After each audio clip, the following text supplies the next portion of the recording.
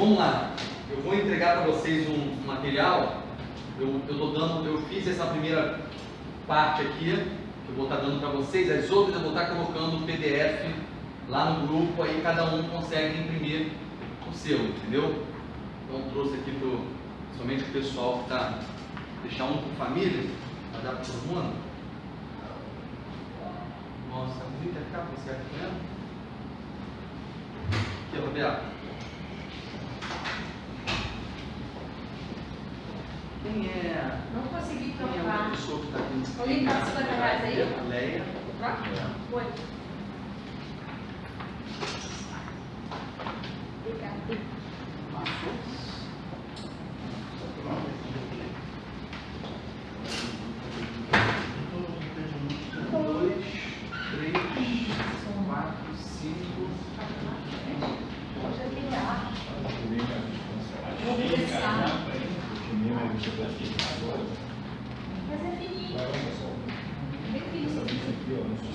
Suzana e o Cláudio, eu vou botar lá o PDF, tá bom? Porque aí vocês podem. Agora dá para acompanhar aí? Dá para acompanhar aqui com ela, Suzana? Dá para acompanhar com a Ana Paula aqui? Vamos lá, gente. O que nós vamos estar trabalhando agora nesse novo módulo que a gente está entrando? A gente já teve uma visão geral das letras do alfabeto hebraico. A questão do significado profético vai ser importante a gente ter em mente, né? Eu entreguei para vocês também essa colinha, onde vocês têm aqui todo o significado profético das letras, né? O que elas representam, e o valor numérico, que vai ser importante também a gente nessa fase de níveis de interpretação, a gente conhecer também um pouco da questão do valor numérico e da simbologia profética das letras, né? Então, tudo isso a gente já deu no primeiro módulo, que foi a introdução ao hebraico bíblico. Agora a gente entra em níveis de interpretação. Qual é a ideia dessa nova fase agora? É a gente compreender os métodos que são utilizados para a interpretação das escrituras. Porque às vezes a gente pergunta assim, cara, como é que você chegou nisso? Como é que você conseguiu descobrir que aqui está inserido essa revelação? Que existe toda uma metodologia para se interpretar as escrituras, né? Metodologia que você vê dentro da hermenêutica judaica, né? Então é isso que a gente vai começar a tratar a partir de hoje aqui, tá bom? Eu queria que vocês acompanhassem, vai ser um pouco lido, eu vou ler um pouquinho, a gente consegue ir compartilhando à medida que eu for lendo. Eu queria que você acompanhasse esse material. Eu falei na aula passada, hoje nós vamos focar no Pardes, né? Pardes, os 4 níveis principais de interpretação que está no Pardes. Mas eu tenho que trazer, nós tivemos já até uma aula, né, que foi como se fosse uma aula introdutória, não sei se vocês lembram, que já tem tempo, né, dentro de níveis de interpretação. Só que eu vou estar revendo um pouquinho daquele primeiro vídeo, está até lá no canal do YouTube. Eu não lembro se eu falei do Shema. Não, foi uma aula de introdução que a gente pegou. Por que eu tenho que buscar essas questões judaicas? Porque a eles foi entregue os oráculos de Deus. Então, a gente vou falar um pouco sobre isso novamente. Então, eu queria que você acompanhasse na primeira folha, a gente já pulou para a segunda. Na primeira folha, vamos lá, níveis de interpretação. Primeiro, comunicar, né? Eu trouxe aqui um conceito do que é comunicar, né? Comunicar é a materialização do pensamento. A comunicação é a materialização do pensamento, sentimento, em sinais conhecidos pelas partes envolvidas. Para uma perfeita e ampla compreensão da informação transmitida, é necessário conhecer os seus sinais, os códigos, para podermos decodificá-los. O que é isso aqui? A gente vai estar abordando essa questão da comunicação, né? A comunicação é a capacidade que a gente tem de passar, de transmitir informação e ser entendido e ser compreendido da forma que deve ser compreendida. Não adianta eu chegar aqui e falar e utilizar uma língua rebuscada, difícil, porque eu vou estar falando muito bonito, mas a pessoa que é o receptor da mensagem não vai estar recebendo a informação. Então, não adianta de nada a gente falar profundamente se a outra pessoa não está conseguindo alcançar e assim obter a informação que é o meu objetivo. Se o meu objetivo é transmitir uma informação, então eu tenho que usar uma linguagem que vai ser entendida, que vai ser compreendida. E as escrituras, elas possuem uma linguagem, uma forma de comunicação, sinais de comunicação. Então a gente tem que conseguir compreender essa linguagem, né? Esses símbolos, esses sinais, essa forma de linguagem, para poder compreender o que está sendo revelado e o que está sendo falado ali. A base nossa aqui vai ser a Torá, por isso que eu vou sempre citar a Torá, para compreender a Torá, para compreender as Escrituras, para compreender a palavra de Deus. Não adianta você chegar aqui e eu começar aqui a falar russo, né? Eu vou falar e ninguém vai entender nada. Por quê? Você não conhece, você não consegue decodificar aquela palavra que eu estou falando, então não consegue entender nada. Então o que a gente faz aqui nesses níveis de interpretação dentro da hermenêutica judaica é exatamente receber os meios e as ferramentas necessárias para poder, ao ler as Escrituras, conseguir compreender a informação que é transmitida, não apenas no nível literal, que é o primeiro nível que a gente vai ver, mas de forma mais profunda e ampla, né? E isso está contido nas Escrituras. As Escrituras não é apenas uma coisa que você lê, 1 mais 1 é 2. Tem algo mais profundo dentro disso. Então, o nosso objetivo aqui é dar essa ferramenta para que vocês consigam alcançar esses níveis de interpretação e de compreensão da palavra, ok? Então, isso é a comunicação, né? O hebraico, gente, a primeira coisa, que é o básico que a gente tem que compreender, porque é a língua que foi utilizada pelo Eterno. A gente crê, eu tenho que falar um pouco de fé, nós cremos que o hebraico, não esse moderno, mas aquele mais arcaico, né?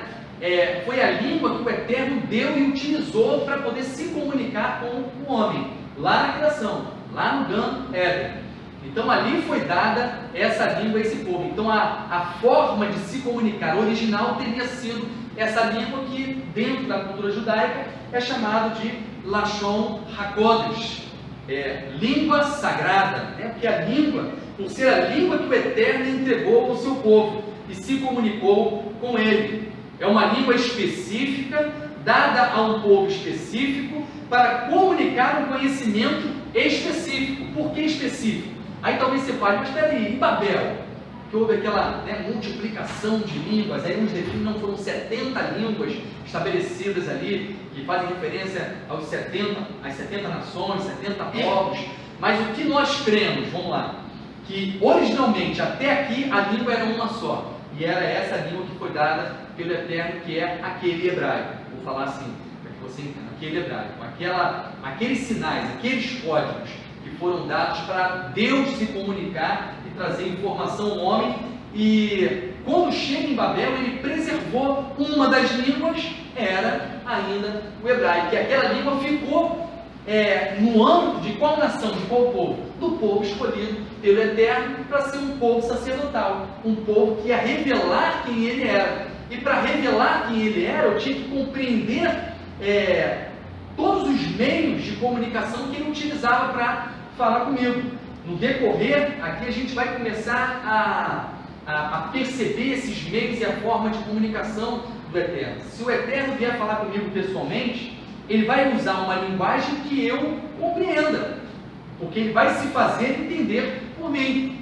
Então ele vai começar a utilizar, se eu sou uma pessoa que vivo no campo, ele vai utilizar símbolos e uma linguagem de quem vive no campo, né? A gente vai ver um pouco isso quando a gente falar sobre Jeremias. Jeremias vivia afastado de Jerusalém. Então você vê que a linguagem profética de Jeremias, quando você lê o livro de Jeremias, você vê ele usando muito, falando sobre o campo, falando sobre coisas do campo, arar o campo, os animais selvagens. Por que ele usa? Porque a forma do Eterno falar com ele, de forma que ele compreenda e possa transmitir a mensagem, era uma linguagem que ele conhecia. Entendeu? Então vamos lá. Então, Lashon HaKodesh é uma língua específica, dada a um povo específico, para comunicar um conhecimento específico.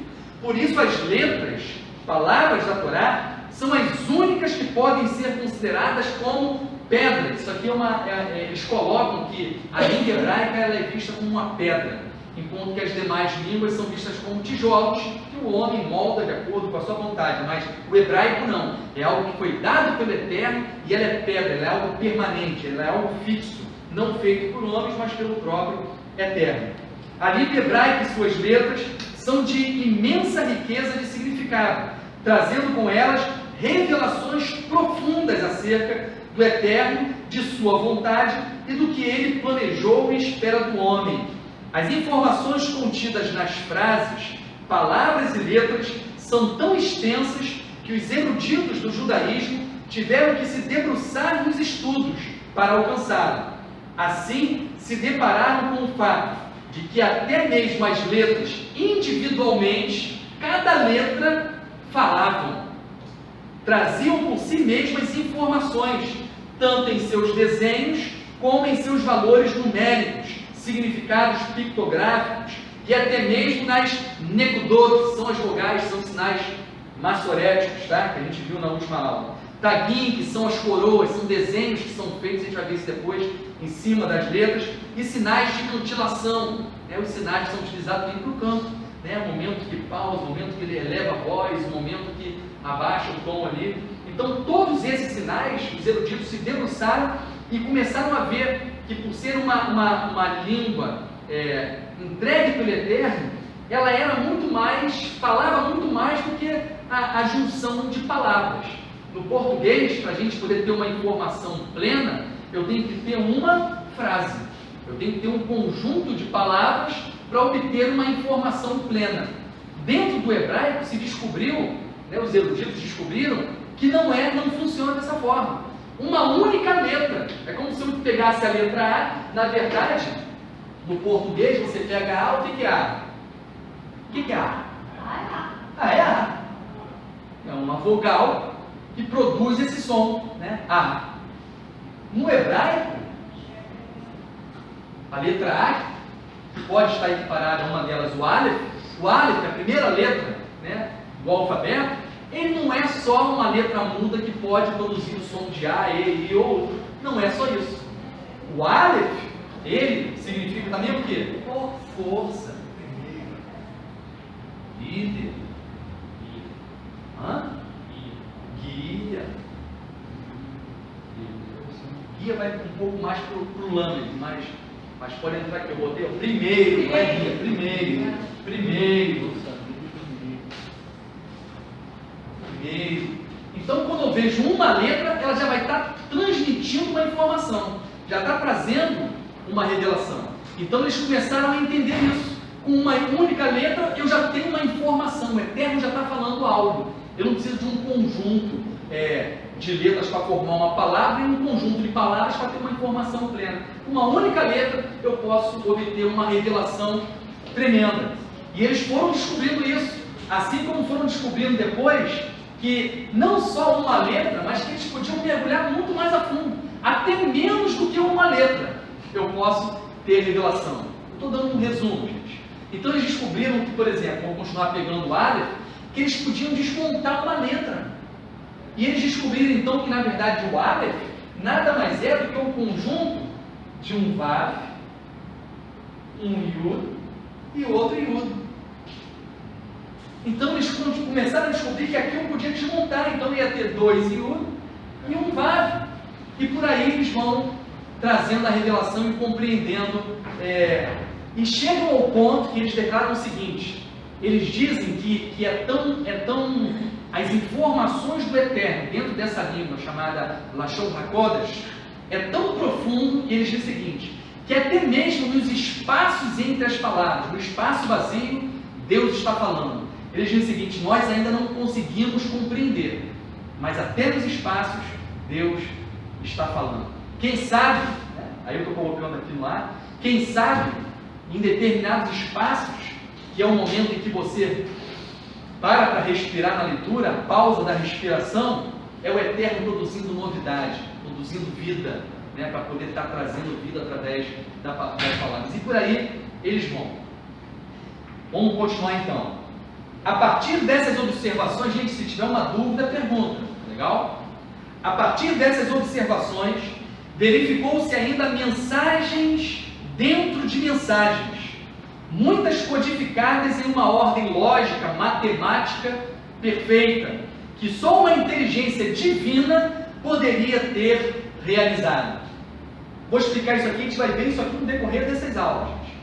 Nós já citamos aqui que nos 5 primeiros livros, né, na Torá propriamente dito, no Rumash, né, nós temos uma sequência lógica de letras, e aquela sequência de letras em uma ordem numérica repetida, a cada 7 letras você vai encontrar uma letra, a cada 7 letras, eles conseguiram ver que nos 2 primeiros livros, Gênesis e Êxodo, você tem a palavra Torá,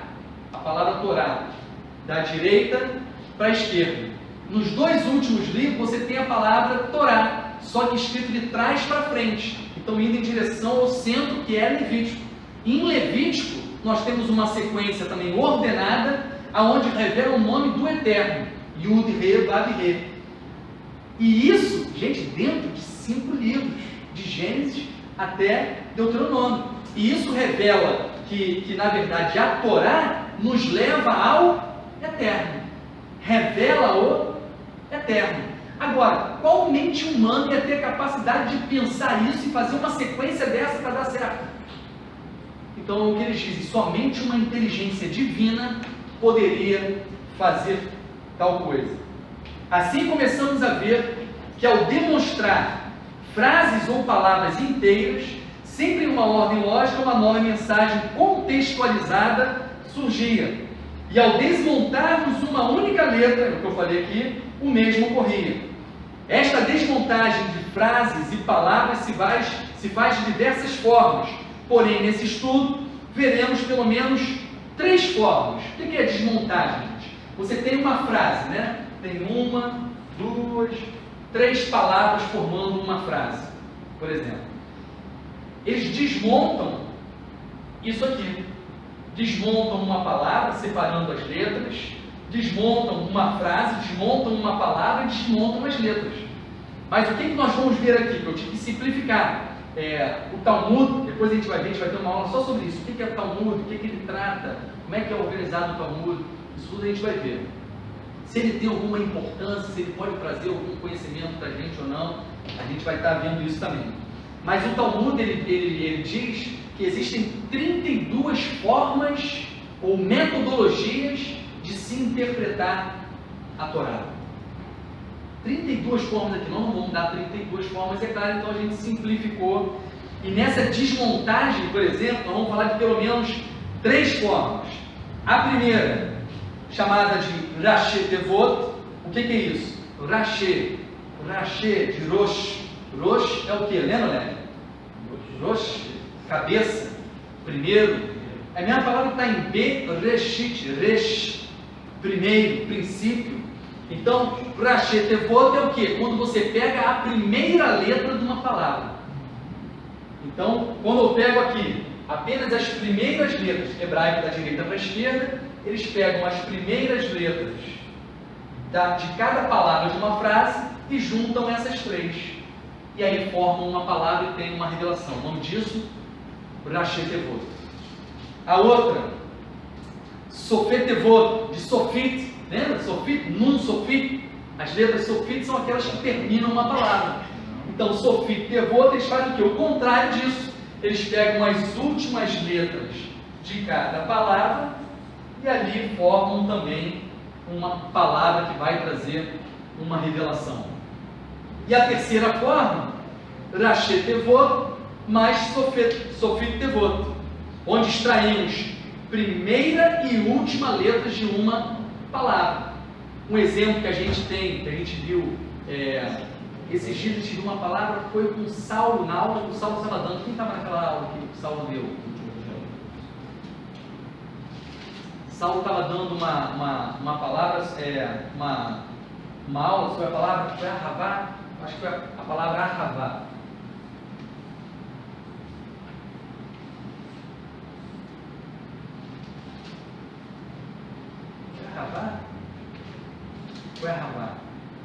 Foi Ahavá. Ele falou sobre Ahavá. Ahavá é amor. E aí ele falando que a raiz de Ahavá é Ahav. a raiz, então você tira essa daqui. Então isso aqui é a raiz da palavra amor em hebraico, Ahav. E aí ele começou a falar sobre Ahav, que Ahav, Ahav é dar, é doação. Então amor, dentro do entendimento da palavra de Deus, amor segundo o coração de Deus, é dar. Amar não é receber, amar é dar. E ele foi falando sobre isso e tal, e aí eu estava falando para ele que o maior exemplo de amor, o que a Bíblia fala que foi o maior exemplo de amor?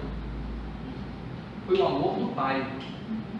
Ele amou o mundo de tal forma que deu, olha o dar aí.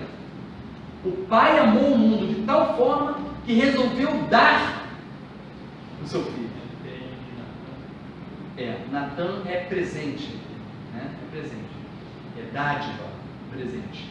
Agora, Ahav é o verbo dar. Então diz que o Pai amou de tal forma, então o maior exemplo de amor é do Pai. E aí você olha para essa palavra Ahav, o que você vê aqui nela? Olha aqui como é que eu faço, eu pego a primeira e a última. Você pega a primeira, Aleph, pega a última, Bet. Fica a palavra Av. Av é Pai. O amor do Pai, a letra R é o que? Revelação. É o amor do Pai revelado. Então você quer compreender o amor? Veja o amor do Pai. O amor de qual Pai? Do Eterno. Ele amou o mundo, o Pai amou o mundo, revelou seu amor ao mundo de tal forma a ponto de dar o seu Filho. Então, para vocês entenderem como que a gente começa a desmontar as coisas, e aí começa a compreender o que é amor. E você vê que o amor, então, dentro do contexto bíblico, é totalmente diferente do amor que a gente aprende no dia a dia aqui, né? Um amor totalmente de origem grega, né? Platônica, né? De Sócrates. Então, totalmente diferente. Então, essa é uma das formas que a gente vai estar usando aqui.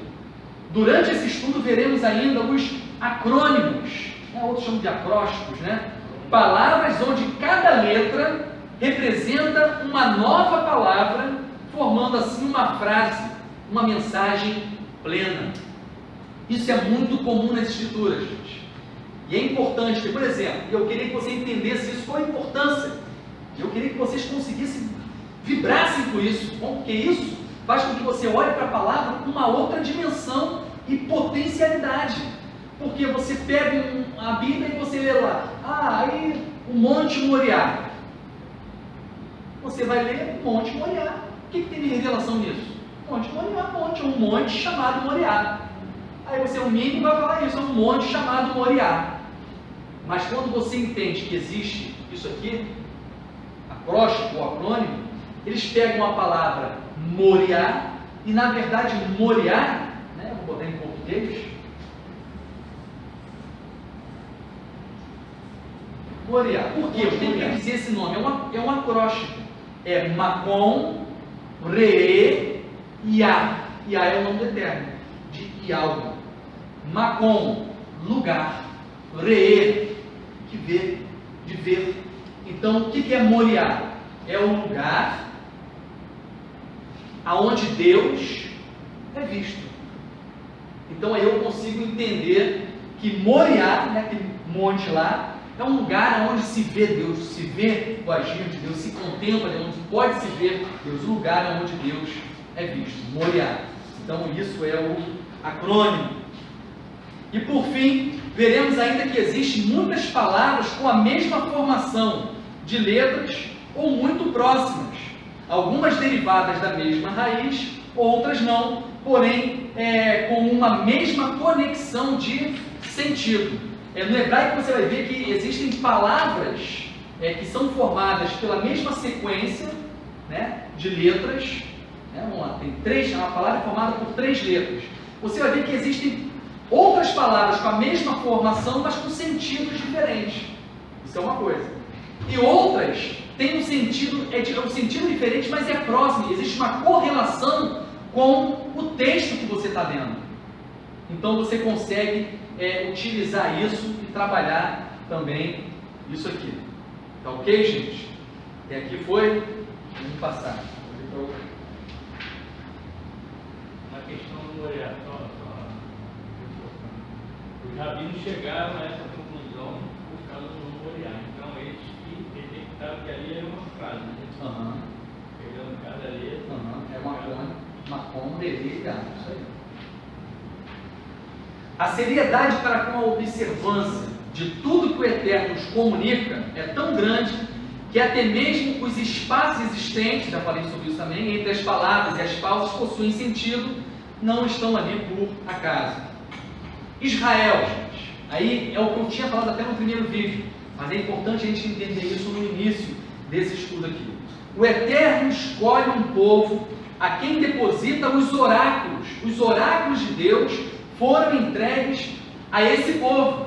Por quê? Porque às vezes a pessoa pergunta, para que o cara quer entender a forma de hermenêutica judaica, para que entender isso? Por quê? Porque a esse povo foi dado, isso está nas Escrituras, foi entregue a eles o que os oráculos de Deus, os mistérios de Deus foram dados a ele. Eu vou dar um resumo aqui para a gente entender como que isso aconteceu e como isso funciona hoje, tá bom? Foram chamados para ser luz às nações da terra, através do qual viria o que? A salvação, a restauração. Como é que isso se deu? Lá no início, com a queda do homem, primeiro esse projeto da salvação, da restauração da posição do homem, que ele caiu, ele perdeu a posição que ele foi estabelecido lá no Gan Eden, com o pecado, ele cai, ele perde a posição estabelecida por Deus, o domínio sobre a terra, ele perde.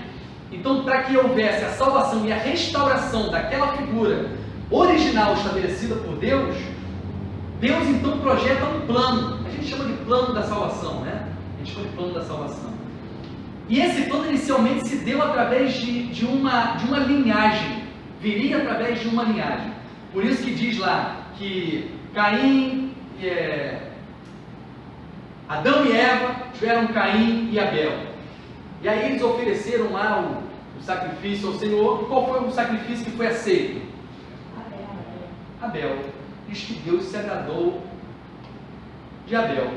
Através de Abel viria o projeto da salvação da linhagem. Seria através de Abel. E aí você vê o primeiro movimento satânico para destruir o projeto, o plano da salvação. Semeia no coração de Caim matar, tirar a vida de Abel, e Caim vai, mata Abel. E agora, como é que fica o plano da salvação? A linhagem. Por isso que quando você pega o texto, está escrito lá, e Deus deu Sete no lugar de Abel. Já reparou? Deus deu Sete no lugar, colocou no lugar, agora vai ser através dessa linhagem, da linhagem de Sete, é o que a gente vê acontecendo. E aquela linhagem, então, que é a linhagem do projeto da restauração e da salvação, começa dentro de uma linhagem. E aí nós temos todo aquele histórico, né? Vem a promessa, então, para que as nações fossem alcançadas. Você viu uma linhagem chegando ali no Egito, aquele tempo de Egito, e quando eles saem do Egito, algo muda. O Eterno agora expande o seu projeto. E por isso que a partir daquele momento da libertação do Egito, não é mais uma linhagem. Mas a partir daquela libertação do Egito, eles passam a ser chamados de quê? Povo. Ali eles são chamados de povo. Ali o Eterno fala a primeira vez, vós sois meu povo e eu sou o seu Deus. Ali agora o projeto e o plano da salvação, ele vai se concretizar e se realizar através de um povo. Agora não uma linhagem apenas, não apenas uma linhagem, a linhagem continua, o projeto da linhagem continua, porque é a linhagem que traria o Mashiach, o Salvador, mas agora ela se expande de uma linhagem para um povo, que passa a ser um povo então sacerdotal, um povo que vai revelar o Eterno ao mundo. Depois disso, o que acontece? Vem o Mashiach através daquela linhagem que saiu lá de Sete.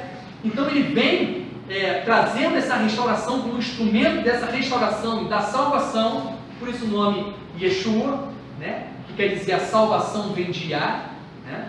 E através dele, né? Agora também se expande mais ainda esse projeto. Agora não é só mais uma linhagem e da linhagem para um povo sacerdotal. agora esse povo sacerdotal, a ele será anexado um povo que antes não era povo. E é enxertado neles, eles se tornam um só e passam a ser um povo também sacerdotal.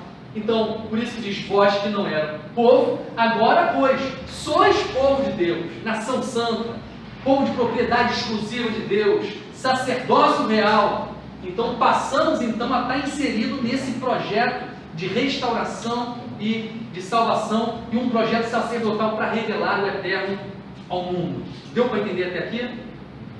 O que acontece nesse plano? Salmo 147, versículo 19 e 20. Revela suas palavras a Jacó. O Eterno revela suas palavras a quem? A Jacó. Suas leis e mandamentos a Israel. Não fez isso por outras nações. Elas não conhecem os seus mandamentos, as suas instruções, as suas leis. Entregou então primeiro a revelação, a palavra do Eterno foi entregue a quem? A Jacó, a Israel. A eles foi dado. Romanos 3, 1 e 2. Então, que vantagem tem o judeu? Que valor há na circuncisão? E aí Paulo responde, muito, em todos os sentidos. Em primeiro lugar, aí ele vai falar as vantagens. Em primeiro lugar, aos judeus foram confiadas as palavras. Tem uma versão que eu gosto mais que é os oráculos de Deus. Os mistérios de Deus foram confiados aos judeus. Paulo falou isso em Romanos 3, 1 a 2. Se eu for mais adiante, em Romanos, dá para vir para mim? Romanos, capítulo 9, 4, 5.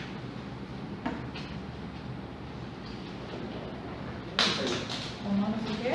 9, 4 e 5. Pode ler? Pode. O povo de Israel, eles foram feitos filhos de Deus, a minha carne... Não, peraí. O povo de Israel, eles foram feitos filhos de Deus, a Sherinah esteve com eles, as alianças lhes pertencem. Da mesma forma, a outorga da Torá. Vamos devagar. Olha como é que isso é bom demais. Está falando para quem? O povo de Israel. Especificamente. Ao povo de Israel. O povo de Israel foram feitos filhos de Deus. Continua. Parte a parte. A Sherinah esteve com eles. A Sherinah esteve com eles. A presença de Deus estava com eles. Você sabia que a palavra Sherinah em hebraico, sabe o que é? Sherinah em hebraico. Hã?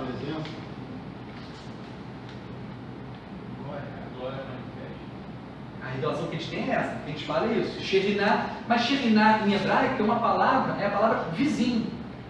O vizinho se chama Sherinah em hebraico.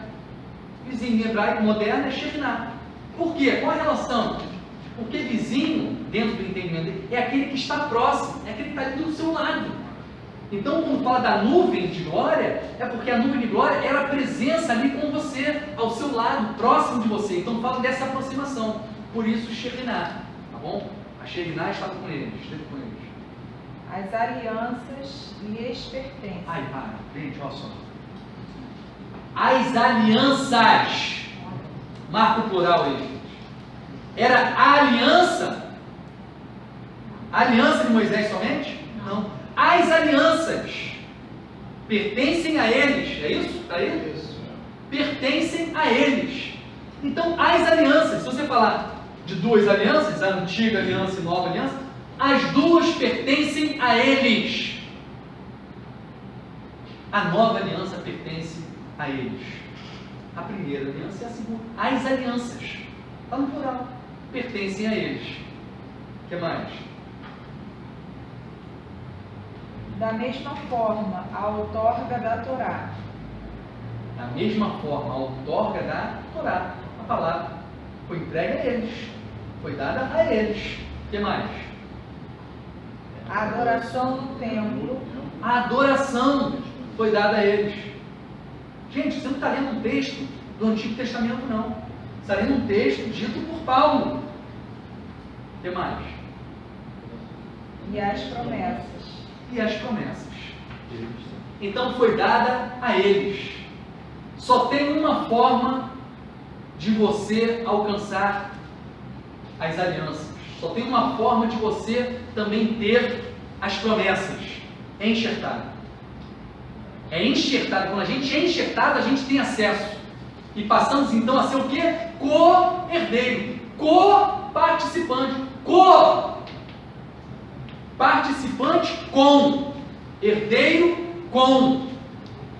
Junto com eles. Não retira eles. Essa loucura de substituição, gente. Loucura. A substituição, que ali diz com eles. A eles foi dado. E quando eu estou anexado a eles, enxertado a eles, eu passo a usufruir junto com eles. Porque nos tornamos um.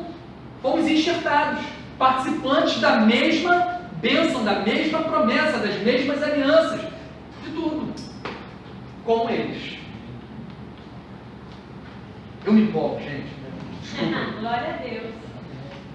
Mas aí o texto, as escrituras dizem, né, Romanos, depois no capítulo 11, vai vir falando sobre a cegueira deles, que eles ficaram cegos, né, que eles deixaram de ver, né, e aí a pessoa pega aquele texto ali e acaba e remove o povo judeu e joga fora. Só que olha só o que diz: muitos alegam, mesmo diante da declaração de Paulo aos Romanos, que esta dádiva da palavra foi tirada do povo judeu. Isso, eu estou lendo o papel, material aqui. É uma das insensíveis / cegos. Muitos alegam, mesmo diante da declaração de Paulo, dessa que a gente leu, aos Romanos, que essa dádiva da palavra foi tirada do povo judeu. Isto porque não entenderam o quê? O plano de Deus. Deixa eu passar para eles. Tem mais aqui, mas está com folha solta. Eu vou...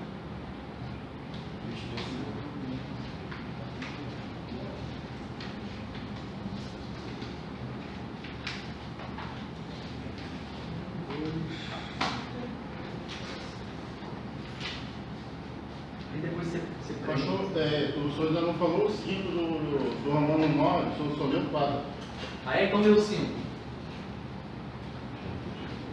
Deles são os patriarcas, e deles no que respeita à ascendência física, procedeu o Messias que está acima de todos, Ponto. Louvado seja Adonai para sempre. Amém. Deles vem os patriarcas e o Messias. Aquele plano que eu falei desde lá do início, através da linhagem. Entendeu? E aí eles pegam, mesmo diante dessas palavras de Paulo, eles falam que, não, mas agora eles perderam, eles ficaram cegos. Isso porque eles não entenderam esse plano de Deus. Romanos capítulo 11, versículo 8, diz que o endurecimento do povo de Israel, depois você em casa pega os versículos que a gente tem que andar um pouco aqui mais rápido, diz que o endurecimento desse povo, do povo de Israel, foi dado por Deus. Quem endureceu eles para que eles não reconhecessem o Messias foi o próprio Deus. Foi Deus que cegou o entendimento deles. Aí eu vou te fazer uma pergunta, você raciocina como homem racional que você é. Se Deus é que impediu eles de reconhecer o Messias, vai ser cobrado deles o reconhecimento do Messias? Desses cegos? Raciocina como ser racional. Eu sou Deus. Foi Deus? Eu sou Deus. E aí, esse aqui é o Messias. Eu ceguei você. De forma que você não consegue ver isso aqui. Eu vou te punir, eu vou cobrar que você veja. Não.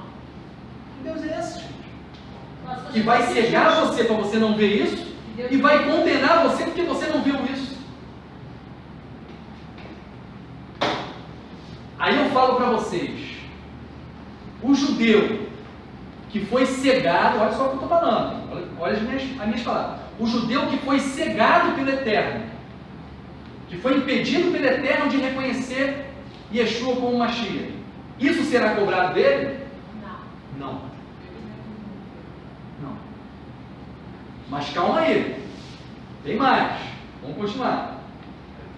Romanos 11:5 diz que não foram todos que foram cegados. Não foram todos. A prova disso você tem lá Mateus, Marcos, Lucas era grego, João, Paulo, fariseu, eu sou fariseu, da tribo de Benjamim. Paulo viu o próprio Yeshua apareceu diante dele, então ele não estava cego. Ele viu o Mashiach, reconheceu o Mashiach. Então não foram todos. Por isso que o mesmo capítulo 11, versículo 5 diz que, porém, ele deixou o quê? Um remanescente. Ele não cegou todo, a cegueira não foi total, não foi para todos. Ele permaneceu com um remanescente esse, através de quem a revelação do Mashiach se espalharia em toda a terra. E é exatamente o que aconteceu. Foram propagando e alcançaram até os gentios e chegaram aos gentios e propagando. Partindo de quem? De lá. O objetivo do eterno cegar os judeus foi para que os gentios fossem alcançados. Ok? Foi exatamente para alcançar a gente. Por isso que a gente foi alcançado como enxertado. Por isso a gente... Exatamente. E aí continua, outra pergunta, dentro do mesmo texto de Romanos capítulo 11, que depois você pode ler em casa o capítulo todo. Esse endurecimento, essa cegueira, foi dada permanente Não. a eles? Esses cegos vão permanecer cegos? Existem hoje, vou esquecer até aquele lá do começo, existem hoje judeus cegos que o Eterno tirou essa capacidade de ver, ainda existe hoje, mas existem também judeus hoje que enxergam, que não estão cegos. Tanto que a gente vê aí judeus convertidos, que reconhecem, convertido não, judeus que reconhecem Yeshua como Mashiach, vários, nós temos já vários aí. Então não são todos que estão cegos. Se eu sou um judeu que não estou cego, mas nego Yeshua, eu vou ser cobrado? Vou. É isso que a gente tem que entender. Se eu não fui cegado pela terra, se eu tenho capacidade de ver, porém não reconheço, serei cobrado. Porque tenho a capacidade de ver, mas não estou reconhecendo. Agora, se eu fui cegado pelo próprio Eterno e não estou vendo porque fui cegado pelo Eterno, não tem como isso ser imputado a mim. Simples assim. Tá ok? Agora, essa cegueira, esses que estão cegos ainda, proveniente dessa cegueira do Eterno, isso é uma cegueira permanente? Não. Romanos também diz, Romanos capítulo 11, versículo 11 diz, 11 e 12 diz, que essa cegueira, esse endurecimento é temporário. Um dia, toda essa cegueira será tirada. E aí eles terão a revelação do Mashiach. E diz que quando chegar nesse tempo, deixa eu ler um outro ponto. Essa insensibilidade, esse endurecimento deles, também Romanos 11, no versículo 25, diz que não é total, é diferente. Ser cego é uma coisa, e ser insensível é outra. A cegueira eu não consigo ver. Eu não consigo ver, mas eu consigo perceber algumas coisas. Eu consigo ter a sensibilidade de conseguir alcançar algumas revelações. Por isso que diz que a insensibilidade não é total. Está lá em Romanos 11, 25. Por isso que hoje você consegue pegar textos escritos, interpretações de judeus que não reconhecem Yeshua, mas eles falam sobre o Mashiach, falam sobre o Yeshua sem reconhecer e sem aceitar ele, mas falam dele. Quer um exemplo disso? Dentro da cultura judaica? Você tem uma profecia que diz que na vinda do Mashiach ele viria sobre as nuvens. E tem uma outra profecia que diz que ele viria montado num jumento. Duas informações diferentes. Aí perguntaram para os sábios, pelos eruditos, vem cá, há uma contradição, como é que ele vem? Ele vem montado num jumento ou ele vai vir sobre as nuvens? Sabe o que eles dizem? judeus cegos. Mas não tão insensíveis. Totalmente insensíveis. Olha a revelação que eles trazem. Opa, eles trazem a revelação? Trazem. Eles falam, se nós, um deles, povo de Deus, se nós estivermos com o nosso coração aberto, pronto para recebê-lo, não, vamos mudar a ordem. Se nós não estivermos prontos para recebê-lo, um coração aberto para recebê-lo, no tempo de aceitar ele, de reconhecê-lo, então ele virá no jumento. Eles que falam isso. Todavia, se nós estivermos prontos, se for o tempo, a gente estiver apto a reconhecer, ele virá sobre as nuvens.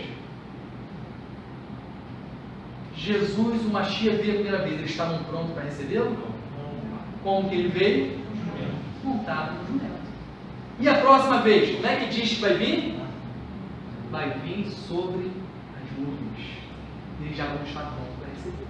Quem trouxe essa interpretação foi um judeu, vamos botar assim, cego, mas não está insensível totalmente. E quando eu falo cego, eu falo cego. Isso é importante para a gente ver, porque a gente fala assim, por que o cara lê uma coisa que é o cara está lendo um livro de um judeu que não reconhece Yeshua? Porque tem revelação ali. E eu estou dizendo isso que a gente vai usar metodologias de compreensão da Torá escrita muitas vezes por judeus que são cegos, mas que trazem revelações tremendas, porque a eles foi dado os oráculos de Deus, os mistérios de Deus, e mesmo sem reconhecer muitos deles Yeshua como Mashiach, mas eles revelam e falam deles sem ver, sem conseguir ver. Mas nós não estamos cegos e podemos ver na palavra deles Yeshua. Ok? Como a gente viu aqui agora. Tá bom? O que nós temos acesso? O que a gente pode acessar? Hoje, através do Ruach HaKodesh, o Espírito do Santo, o qual o Mashiach foi feito fonte, temos acesso à profundidade das riquezas. Gente, nós temos acesso à profundidade das riquezas. Você imagina o que é isso? Da sabedoria e do conhecimento de Deus. Gente, olha só. Através do Espírito de Deus, nós temos acesso à profundidade. Profundidade de quê? Profundidade da riqueza, profundidade da sabedoria e profundidade do conhecimento de Deus, gente. Imagina que profundidade é essa. Nós temos acesso. Aí eu inventei isso? Não. Está em Romanos, capítulo 11, versículo 33 e 35. Temos acesso à verdade divina, anteriormente ocultada. Temos acesso à sabedoria secreta da parte de Deus, através do Espírito, do Ruach HaKodesh, em nós. 1 Coríntios, capítulo 2, versículo 1 a 16, e Colossenses 2, 2, foi lido ontem aqui, na porção Colossenses 2, 2. Foi falado sobre a sabedoria oculta, os segredos de Deus. A verdade secreta de Deus. Ontem foi falado sobre a verdade secreta de Deus. A gente vai aprender nesse módulo, nessa matéria, uma coisa chamada Midrash, ou Drash. Acho que a gente vai conseguir até dar uma introduçãozinha hoje, eu vou esticar um pouquinho. Ou Drash. E você vai ver que essa metodologia de interpretação, Drash, o que ela faz? Ela pega um texto e conecta aquele texto a outro texto, mas são textos que estão distantes, mas que estão conectados de alguma forma. Então, por exemplo, como você descobre que eles estão conectados? Ontem, por exemplo, a Ana Paula leu aqui na porção da Torá, Behala Pirá, ela falou sobre a verdade secreta de Deus. A frase que ela usou estava lá, essa palavra lá, verdade secreta de Deus, lá em Colossenses 2:2, né? Você leu. Mas aí, em um outro momento, em 1 Coríntios 2, 1 a 16, 1 Coríntios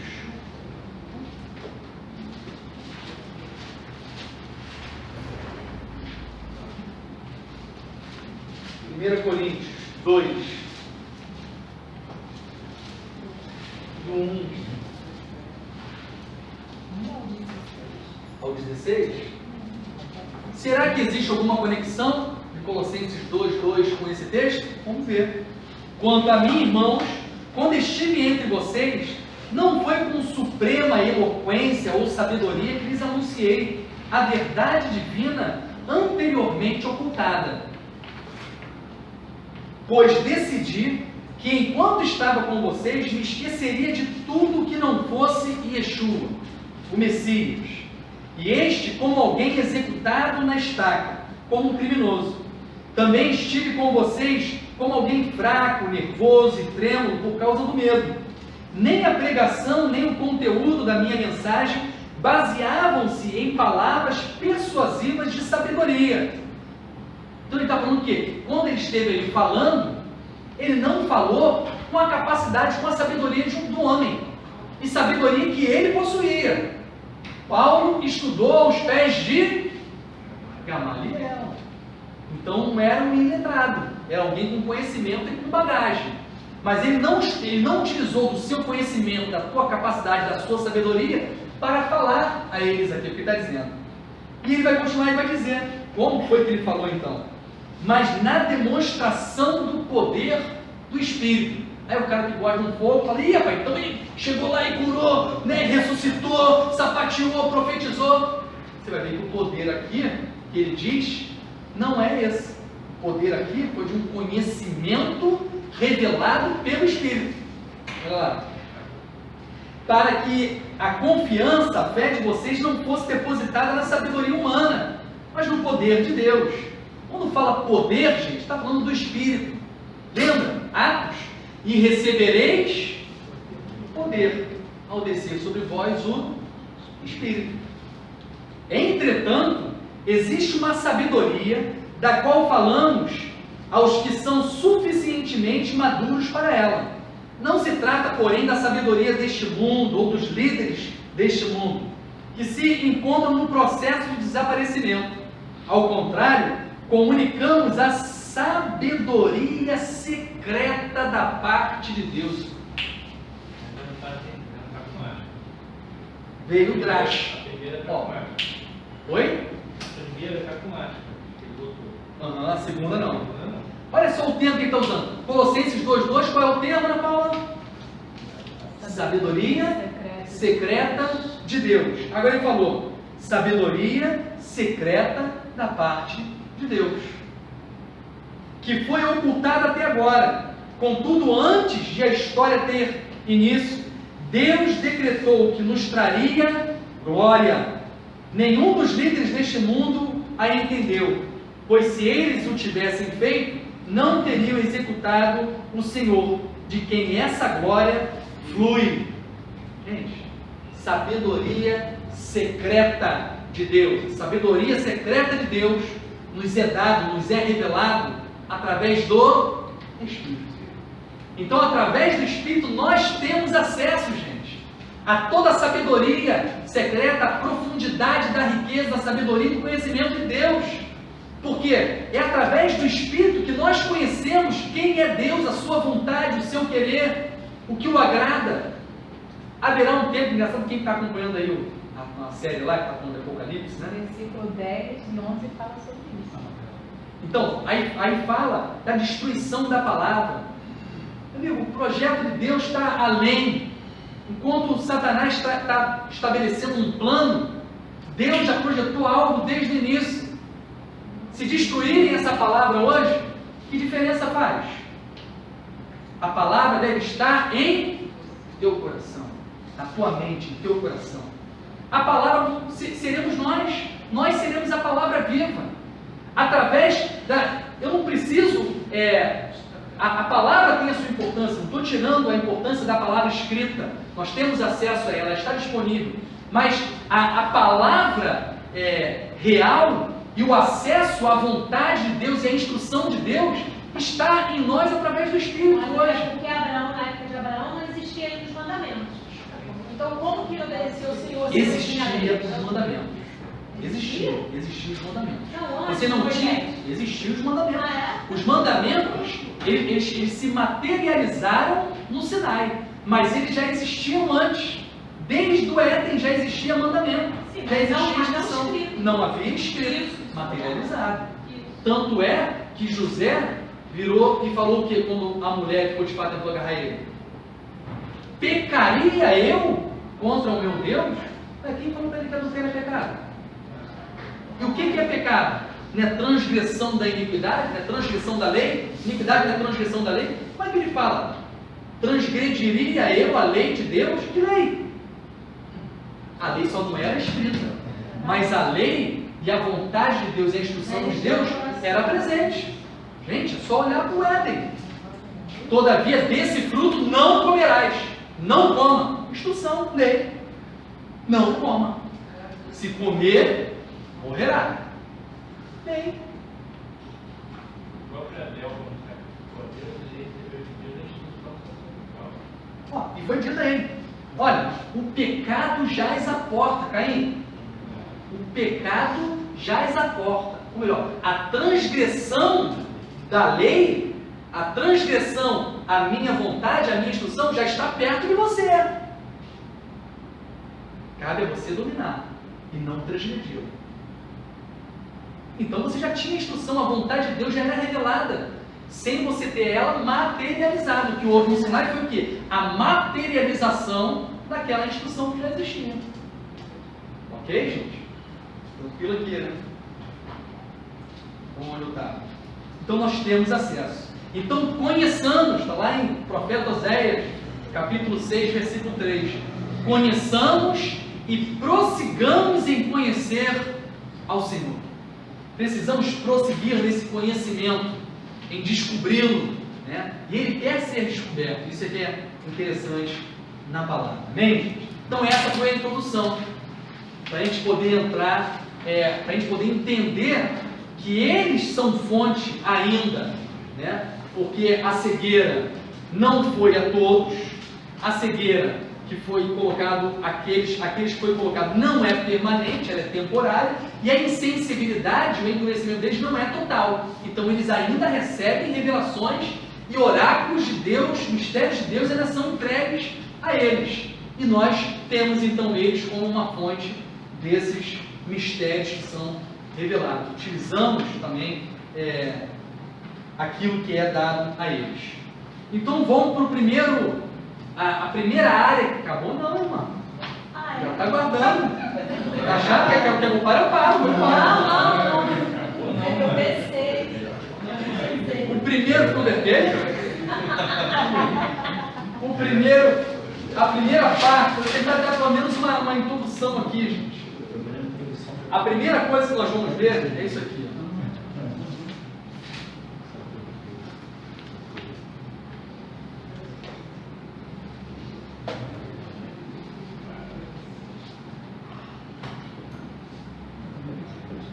Fecha aí o papel, rapidinho. Fecha o papel. Ninguém olha o papel, não. Fecha o papel, rapidinho. Não, rapidinho, só um teste, galera. Então, agora que vocês já fizeram o hebraico, vocês olham para isso aqui e vocês já conseguem ler. Com certeza. Primeiro, você tem aqui esse sinal que é o Shivá, não é? Eu vou saber se o Shivá tem som, porque eu tenho que usar isso aqui também para retomar o hebraico. Esse Shivá, ele pode ter, ele é simples, né? Ele não é composto, ele não está acompanhado por uma vogal, então como é que eu vou saber o som que ele produz? Se ele é simples, o som, ele pode ter som ou não. Como é que eu sei que tem que dividir a sílaba? Cada sílaba tem uma vogal, então aqui eu divido a sílaba, correto? Até aqui tudo bem? Correto. Como é que é a regra do Shivá? Simples. Se ele está no início, Ele tem som. se ele está no final da sílaba, não tem som. O som vai ser da consoante. Então, lê primeiro aqui. O que quer dizer isso aqui? Lá para mim, vê. Eu queria deixar o pessoal. Não, pode falar. Pode. Pode. Padre. Não, aqui não. Aqui é para. Isso, Para. Porque não tem som de E, né? Para. E aqui? Des. Para. Des. Valeu. Tá vendo? Como é que eu faço ler? Não é difícil ler? Eu tinha colado do papel. Hã? Tinha colado do papel. O que é pardês, gente? Pardês é olha aqui de novo, uma das metodologias, uma das coisas que a gente precisa aprender. Lembra? Acróstico, acrônimo? Eu pego uma palavra E essa palavra, na verdade, cada letra tem uma palavra. Cada letra está relacionada a uma palavra. O nome disso é acróstico ou acrônimo, né? Eu ainda vou descobrir, você sabe qual é a diferença de acrônimo para acróstico? É tão próximo uma coisa da outra, né? Então, o primeiro, que é o P, é de, olha lá, fechado. O segundo, por este, que é o R, né? É Remes. O terceiro, que é o D, o Dalet, é de Drash. E o último, quarto, que é o S, né? É de Soro. Então são 4 palavras. É uma palavra que na verdade está relacionada a 4 palavras. Cada uma dessas aqui é um nível de interpretação da palavra, da Bíblia, da Torá. A gente vai aprender cada uma delas, o que é cada uma delas. Tá legal? Mas vamos aqui para uma introdução. O que é Pardes? A palavra Pardes significa, a palavra por si só, significa pomar. Pomar. É aquele lugar de árvores frutíferas, aquele sítio, aquele terreno de árvores frutíferas. Isso é um terreno de árvores frutíferas, um jardim, assim como Gan Eden. Nesta palavra, todavia, está inserido um dos métodos de hermenêutica judaica, que é a ciência ou a arte, não é a arte, né? A arte, a técnica que tem por objetivo a interpretação dos textos e dos sentidos das palavras. Sendo assim, a palavra Pardes trata-se de um acrônimo onde cada uma de suas consoantes está relacionado a um dos 4 métodos de interpretação judaica. O rabino Yosef Shulam, né? Lá que vai lá na Hatzion, né? O Shulam, em seu livro Tesouros Ocultos, olha o que ele diz. Toda vez que lemos as palavras que alguém escreveu, temos que traduzi-las em nosso próprio cérebro para que possamos compreender o seu sentido. Qualquer tipo de tradução, naturalmente, também exige interpretação. Assim, bons métodos de hermenêutica devem permitir-nos compreender o sentido mais próximo possível da intenção original do autor. Então, o que visa toda essa metodologia de interpretação, que na verdade é você aprender como que eu decodifico uma informação. Uma informação chegou a mim, como é que eu decodifico isso para compreender isso?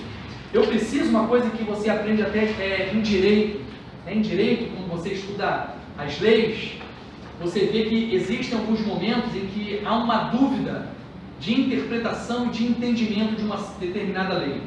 Mas será que isso aqui se aplica nesse caso, naquele? Vamos dizer que haja uma dúvida em uma lei específica. Então existem métodos ali para você resolver essa questão. E o último nível ali que você deve buscar o espírito do legislador. O que é isso? Você tem que buscar entender o que o legislador, o que o cara que fez a lei, quando fez a lei, o que ele tinha em mente, o que ele queria falar, o que ele queria transmitir, o que ele queria fazer através daquela lei. Então o que nós temos que fazer? Buscar entender então o que aquele que está trazendo a informação queria fazer. E aí a gente tem que ir no contexto, a gente tem que analisar o contexto, tem que ir no tempo histórico, conhecer o ambiente, conhecer uma série de coisas para tentar chegar o mais próximo possível daquele que está falando. Mais próximo no tempo, porque o problema hoje é você pegar algo que foi dito lá atrás, num ambiente totalmente diferente do nosso, e querer trazer para hoje. Não vai conseguir entender o que está sendo transmitido lá atrás. Então, todas essas metodologias que a gente vai estar trazendo aqui é para que nós venhamos chegar o mais próximo possível daquele que está falando, do ambiente, da necessidade, do que está acontecendo e que fez com que ele levasse aquela informação, com que ele transmitisse aquela informação, para que eu possa decodificar ela corretamente.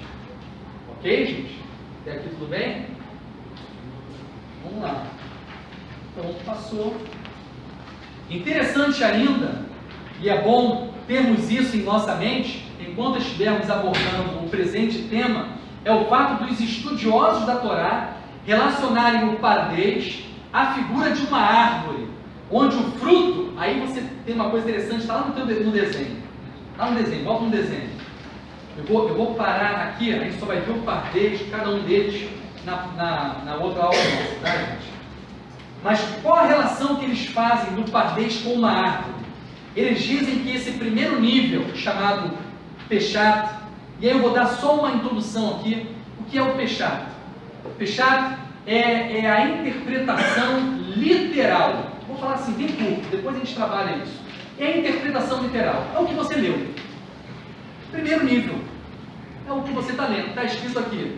João é irmão de Maria, João é irmão de Maria. Acabou. Isso aqui é o primeiro nível de interpretação, a interpretação literal ou superficial. É o que está escrito. Está escrito assim, é isso aqui, acabou. Primeiro nível de interpretação fechado, e eles relacionam isso como se fosse o fruto da árvore. É o fruto da árvore. Segundo nível de interpretação, Renes, eles dizem que são as folhas, a folhagem daquela árvore. E aí no Renes, o que você tem aqui? É alusão ou alegoria. É quando você utiliza uma figura, né? Uma figura para exemplificar aquilo que está sendo dito. Então, uma forma de você compreender melhor o literal. Porque às vezes o literal fica difícil, mas eu uso uma alegoria para que você... Agora você entendeu? Vou usar uma alegoria próxima que você vai compreender. Então eu vou falar do relacionamento. Como que é o relacionamento do povo de Deus com Deus? É como um noivo e uma noiva. E aí essa figura vai fazer com que você entenda o que é a relação de Deus com o seu povo. Então vai usar de alegorias, alusões, entendeu? Para que você compreenda e tenha uma compreensão melhor, então, do literal, daquilo que é superficial. Então, por isso que são as folhas, é aquela parte bela, é aquela parte bonita que você vê ali, a folhagem ali presente na árvore. Terceiro nível é drash. O que é drash? Drash é quando você pega textos e correlaciona os textos, como a gente fez aqui hoje, Colossenses 2 com 1 Coríntios. Então, quando você vai fazer uma correlação de textos que tem um vínculo entre eles, e normalmente aparece algum sinal, você vê a mesma palavra que é utilizada lá, então chama a sua atenção e você até já conecta, muitas vezes automaticamente, eu vi isso em outro lugar. Então há uma conexão de textos. Então, quando eu faço a relação entre textos, eu faço o que é conhecido como drash. Por isso que são os troncos e os galhos da árvore. E eles conectam as coisas. Eles fazem com que todas as coisas que estão soltas se unam a um caule, a um tronco principal. Então eu pego coisas separadas e trago para um entendimento, para que esse entendimento seja firmado. Deu para entender na figura da árvore? E temos o sod. O que é o sod? O sod são os mistérios. É o oculto. Uma parte que é muito boa, gente. É a raiz da árvore. Você passa, você não vê a raiz. Então o sod é um nível que você tem que cavar. Você tem que trabalhar, você tem que meter a mão na massa e ir atrás dele para descobrir o que está ali oculto. Então isso é o sod. Nós vamos começar a analisar esses 4 níveis. Na próxima aula é a aula de raízes, restaurando as raízes. Nós vamos trabalhar temas relacionados à restauração. Lédio vai estar ministrando. Então no próximo sábado teremos uma matéria assim. Vocês vão poder ficar estudando esse material aí, dando uma lida e pesquisando. Aí, daqui a 15 dias eu volto com essa matéria. E aí eu vou trabalhar um por um e vou trazer textos para que a gente possa perceber como isso funciona com textos aqui diante da gente. Tá legal? Então, isso é o que a gente vai fazer. Fechando agora, só para poder encerrar. A cada aula que eu der sobre níveis de interpretação, eu vou estar trazendo, preferencialmente, não necessariamente, mas preferencialmente, algo que esteja presente na porção da semana, para a gente começar a ver isso na prática. Como é que funciona? Quando eu estiver estudando a porção da Torá, como é que eu posso começar a ver isso? E no início pode até assustar um pouco vocês, parece difícil fazer isso, mas depois a nossa mente começa a acostumar e a gente começa a ter essa percepção, parece que as coisas começam a saltar aos nossos olhos e chamar a nossa atenção, e a gente começa a ver essas coisas, até porque o Espírito vai estar trabalhando e vai estar revelando. Conhecimento produz discernimento. Então, a partir do momento que você tem acesso a uma informação e essa informação vem a você, o Espírito tem a liberdade agora em você, para através desse conhecimento adquirido, você o quê? Ter a compreensão e discernimento de determinadas coisas. Conhecimento produz discernimento. Então, o que eu trouxe para vocês em relação a essa porção dessa semana? Foi exatamente o nome dela. Vou colocar aqui.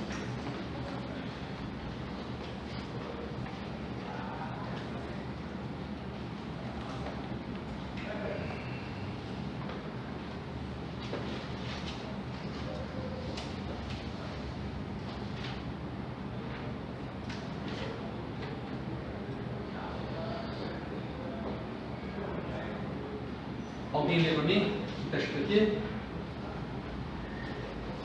O Shivá não está começando? Então, o Shivá 5 vai ter som de E, B, Ra, Alô, ó, Alô, a bolinha lá em cima, O, vendo? Alô, Ra, ou Ra, Berralo Ra, foi a porção de ontem. Porção Berralo Ra, e ela recebe esse nome porque o texto começa dizendo o seguinte: quando acenderes a menorá. E essa palavra aqui, então, é esse acender.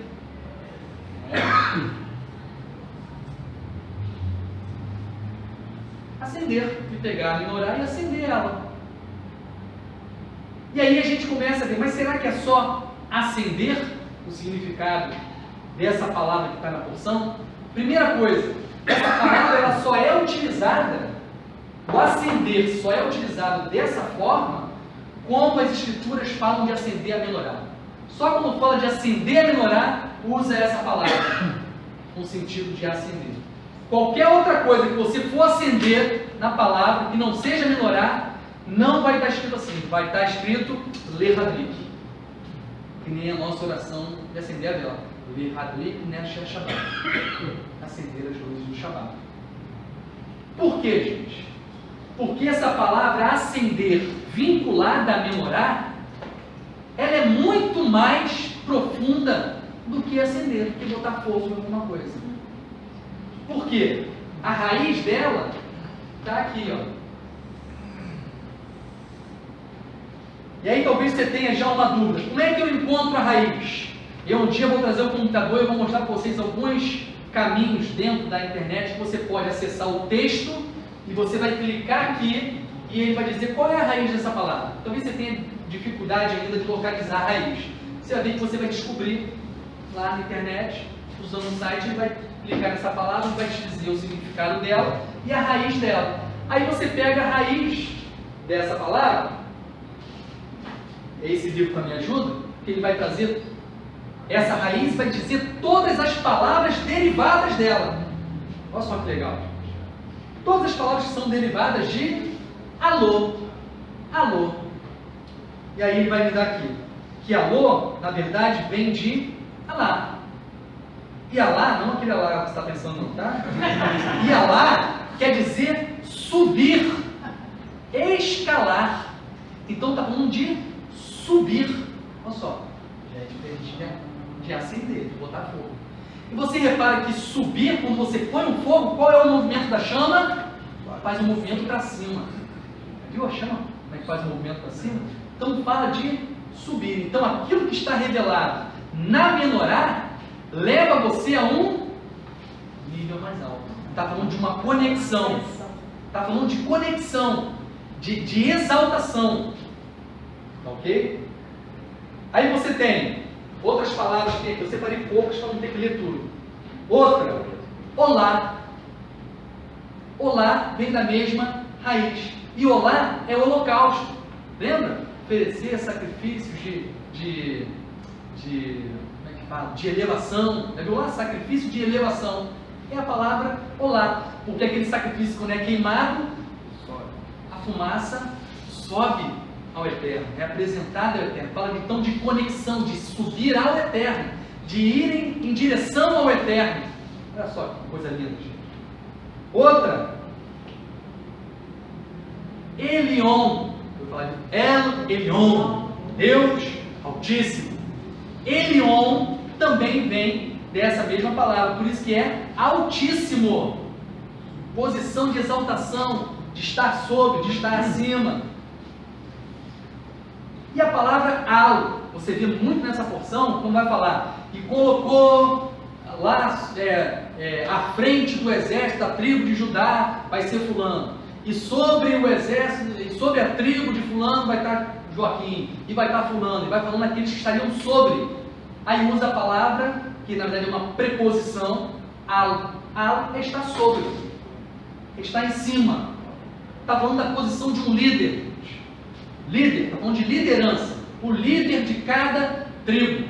Então essa palavra também traz esse sentido, né? Essa preposição, posição de liderança. Então, Berhalotihá está falando de exaltação, de elevação, de você. E aí você vê a menoragem, você pega a menorá, a gente mostrou ontem aqui, você tem a menorá, você tem a haste central. E ontem nós falamos aqui que a haste central é Mashiach, é Yeshua. E aqui somos nós que temos que estar conectados a Ele. Aí você para e começa a fazer uma coisa chamada Drash. Quando eu falo isso, estar conectado a Ele e exaltação. Poxa, as Escrituras dizem que Yeshua, que o Pai o exaltou. O Pai o exaltou. E o colocou acima de todo principado, potestade, dominadores e força espiritual do mal. Se fez cabeça, está sobre, cabeça está sobre, está acima, líder, chefe. E se fez cabeça, para que nós fôssemos corpo. O corpo está conectado à cabeça? Sim. O corpo está conectado à cabeça. E se o corpo está conectado à cabeça, e a cabeça está exaltada, o corpo tem como não ser? O corpo é exaltado com ele. Por isso que diz, e se fez cabeça, e nós fomos colocados como, e nos fez corpo, de forma que então todo principado, potestade, dominador e força espiritual do mal tinha sido colocado debaixo dos pés dele. Se ele me fez corpo, logo está debaixo do meu pé. Se eu estou nele, eu estou acima de todo principado, potestade, dominador e força espiritual do mal. Eu fui também elevado, exaltado. Agora, não tem como estar nessa posição se você não estiver conectado a Ele. Por isso que Paulo fala, em Cristo Jesus. Em Cristo Jesus. Em o segredo revelado. A verdade revelada. Cristo em nós. Esperança da glória. E interessante que aí dizem que o óleo daqui ele não apagava. Dizem que havia um milagre a cada dia no tabernáculo. Esse óleo ele não acabava. Por quê? Diz as Escrituras que o Pai deu a ele do Espírito sem limite, sem medida, fez dele uma fonte a jorrar, para que dele todo o óleo venha. Por isso que a menorá é feita de uma peça única, porque fala de unidade. E aí vou fechar agora, com certeza. Você tem então aqui a menorá.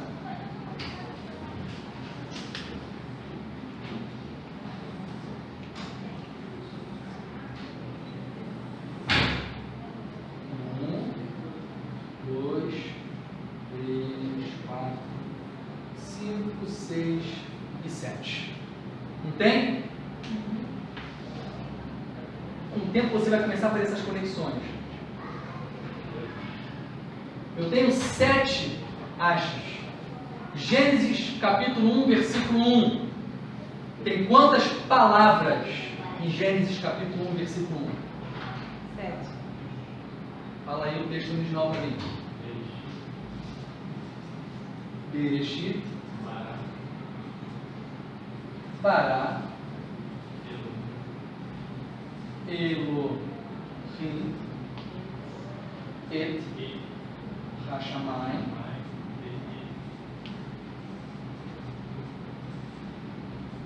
Ve'et,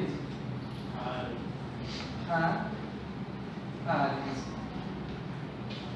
Tem 7 palavras em Gênesis capítulo 1, versículo 1. Quem é Ash no meio?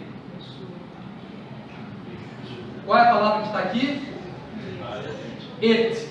Como se escreve et? Yeshua falou, eu sou o Aleph e o Tav. Ele é a haste central.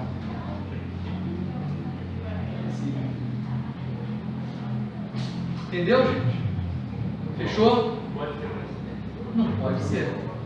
Ok? E aí uma coisa importante que eu quero deixar claro aqui. Todas essas metodologias que a gente vai estar vendo aqui, de interpretação, há uma liberdade no campo das ideias, gente. Há uma liberdade no campo das ideias. Só que nenhuma delas pode estar fora da Torá. Só que nenhuma delas pode estar em contradição com a palavra de Deus. Esse é o limite que nós temos. Tudo tem que estar de acordo com a palavra de Deus. Amém? Amém. Então, que Deus te abençoe em nome de Yeshua Mashiach. Na próxima aula, nós entraremos e trabalharemos uma a uma aqui, cada um desses 4 primeiros níveis que a gente vai estar vendo aqui. Tá bom? Você tem um material para ler. E esse é o primeiro material que eu consegui trazer. Mas eu vou colocar ele em PDF lá no grupo, Shiurim, e os outros também eu vou começar a colocar tudo em PDF lá, aí cada um imprime o seu, tá bom? Na semana para trazer, tá bom? Deus te abençoe.